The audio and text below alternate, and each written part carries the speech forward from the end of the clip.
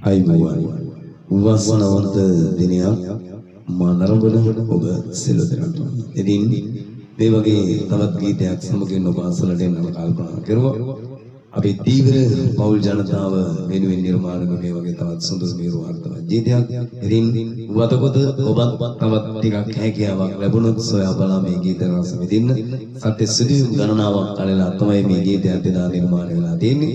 මේක අවුරුදු 50 60කට 70කට විතර වගේ කලින් අතීතයේ අද කාලේ වාගේ ලොකු තාක්ෂණයක් තිබුණේ නැහැ. ඒකට දීපට යන්න කලින් කුණාටු හට ගන්නවද නැද්ද කියලා දැනගන්න විදිහක් තිබුණේ නැහැ. නමුත් ජීවිතයේ සරි කරගන්න දරුවෝ ටිකට කන්න දෙන්න එයාට දීපට යන්නම සිද්ධ වුණා. ඉතින් ප්‍රදීපාගාරයේ එළිය බලාගෙන තමයි ඒ දීපට යන්නේ. අහපොවේ එළිය බලාගෙන තමයි මධ්‍යම රාත්‍රියේ හිමිදිවියේ ගොඩ බිමට ආපහු එන්නේ. මාසේ සම්පතත් අරගෙන මාස කිහිපයකට පස්සේ. ඉතින් සමහරක් වෙලාවට මට හිතෙනවා ඒ අතීතයේ දීපට ගියපු දීවරය අදටත් ගොඩ බිමට ආපු නැති ඇති කියලා. උන් හිටි ගමන් තමයි දීප විවිධ කුණාටු හටගන්නේ. ඉතින් තවත් මේ වගේ බොහෝ සත්‍ය සිදුවීම් ගණනාව අල්ලා තමයි මේ ගීතය නිර්මාණය වුණේ. වතකොද ටිකක් හැකියාවක් ලැබුණොත් බලන්න. ඉතින් එවන් අඳුරු අතීතයේ නිර්මාණය මේ මියුරු ගීතය තෝරාගත්තා. රසීදු මේ සොඳුරු හමී මතනතොර මේ මියුරු අර්ථවත් මියුරු ගීතය ඒ උදාර දීවර පෞල් ජනතාවට මේ ගීත දිරියක් ශක්තියක් ධෛර්යයක් උපහාරයක් වේවා කියන ආදරණීය සුන්දර ප්‍රාර්ථනාවන් සමගින්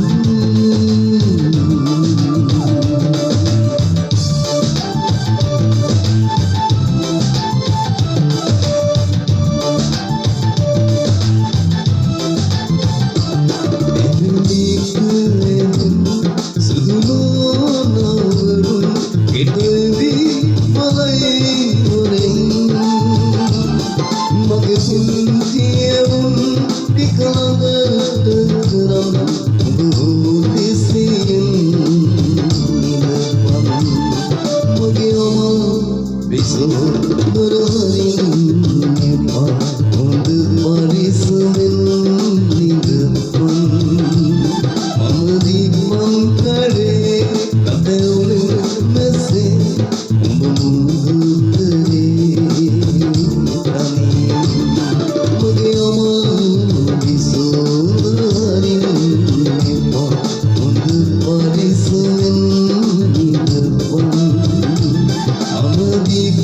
करे अते उलू बेसे मुंदू करे